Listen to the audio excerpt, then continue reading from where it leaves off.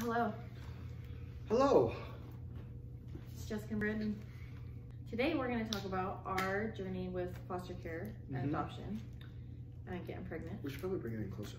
Probably. We get asked all the time how we got into foster care, what made us want to do it. And so figured we'd just do a video about it. Yeah. Look.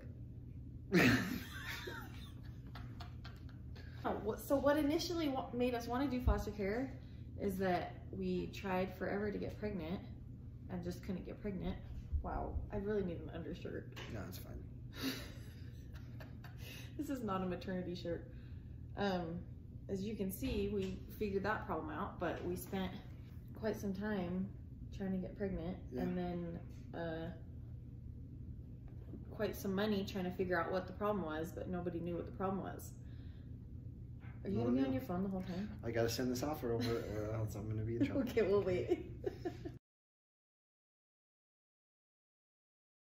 So there weren't really any doctors that were like finding anything wrong with either of us. Right? Nope. We were healthy as can be. Healthy. So then we decided, well, there's so many kids like in the foster care system, and we obviously want a kid in our house, so like why wouldn't we go down that route? So we spent last summer getting licensed. You have to get licensed through the state. So they make you do, how long were those classes? They were long. They were long. They make you do about a month. Was it a month or a month and a half? I think it was a month of once a week or twice a week classes, Tuesday, Thursday. And it was like 6 to 9. Yeah. It was terrible. Brandon doesn't do well sitting in class. So, but I think the class actually was really good because it talked about how you... It talks about the class was great. Information was great, but if they could have put it into a 30-minute section, that would have been great. But they just talked about how you the way you parent a child that's gone through extreme trauma is different than a normal child, which is very true. So there's a lot of things you learn about that is not, you kind of wish you didn't learn about. Yeah, it's really sad. Very sad. It's very sad. And the stories you hear. But before that, they have a licensing worker come do a home study at your house. And they basically just like learn everything about you and your background and your family and your history, and look around your house and make sure that it would be safe for a kid.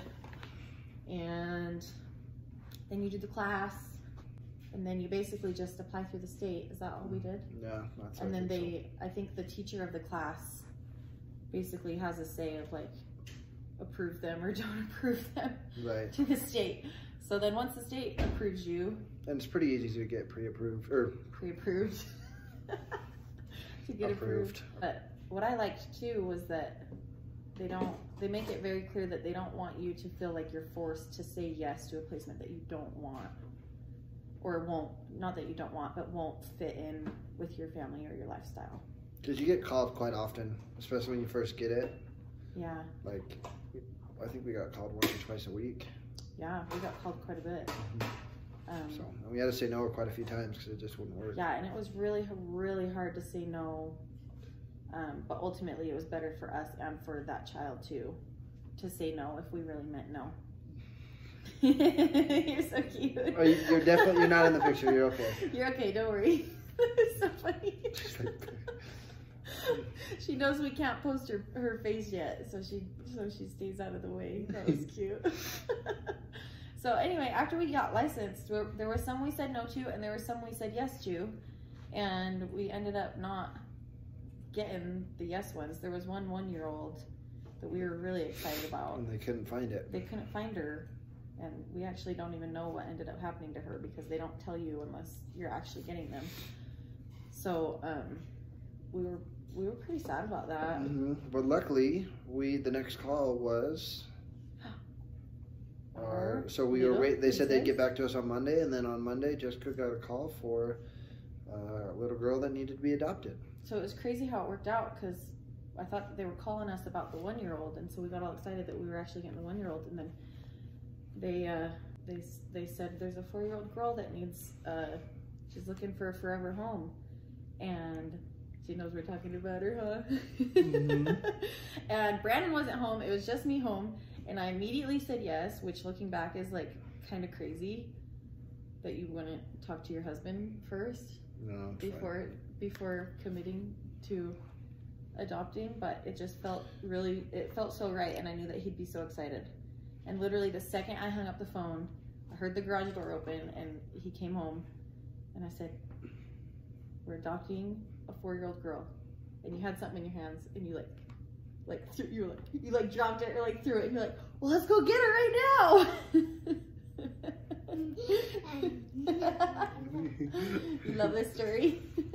This was the craziest week of our life. Okay, October 10th was a Thursday. This is probably TMI. That's the day that we ended up actually getting pregnant. And then it was October. So we got pregnant 2 days after. No. Let me think. No, we got pregnant on the 10th. And then we were down in Utah at a fertility clinic the next weekend on the 13th. This was all within the same week. We actually got pregnant but didn't know it. And then we went down to Utah to a fertility clinic, and they called us about her all in the same week. It all happened all together. And that actually is like a crazy phenomenon that a lot of people say happened to them. Yeah, and then it happened to us. And then it happened to us. Everyone told us it would happen, and we were like, "Sweet, bring it." No. And then it happened to us, and we were like, "Oh, what?" Yeah. That was wild. Wild. I remember looking at the test. Now, at 5 o'clock in the morning, and I really thought my eyes were like playing tricks on me. Jump forward 9 months. We almost have this baby here, and we on Monday will be adopting. So we got pregnant and found out about her in the same week, and we're adopting, and my due date is within 10 days of each other. Weird, right? Crazy. I mean, we didn't really have a huge experience with foster care, but because she was our first placement. But we did. And we've had a really good experience with it. I've heard of others not having such a good experience, but ours has been great. But the stories and the kids we've met are definitely unique. Yeah. Oh my gosh, that little boy. We had a little boy come stay with us for a weekend. And I wanted to keep him. It made me sad. He cried when he went back to his other foster family. So there's really a huge need for it. And there's other ways you can help if you don't want to be a full-on foster parent. You can donate to our every Christmas we're gonna do like a toy drive for kids in foster care. So you can check our They don't get very much money. Like the foster parents don't get very much money for the kids. The state gives them $30. Well, I don't know how. I don't. If is that exactly what it is? That's what we got. So we got $30 for a 4-year-old. So I mean, even if they got a little bit more, like it still is terrible. And candy.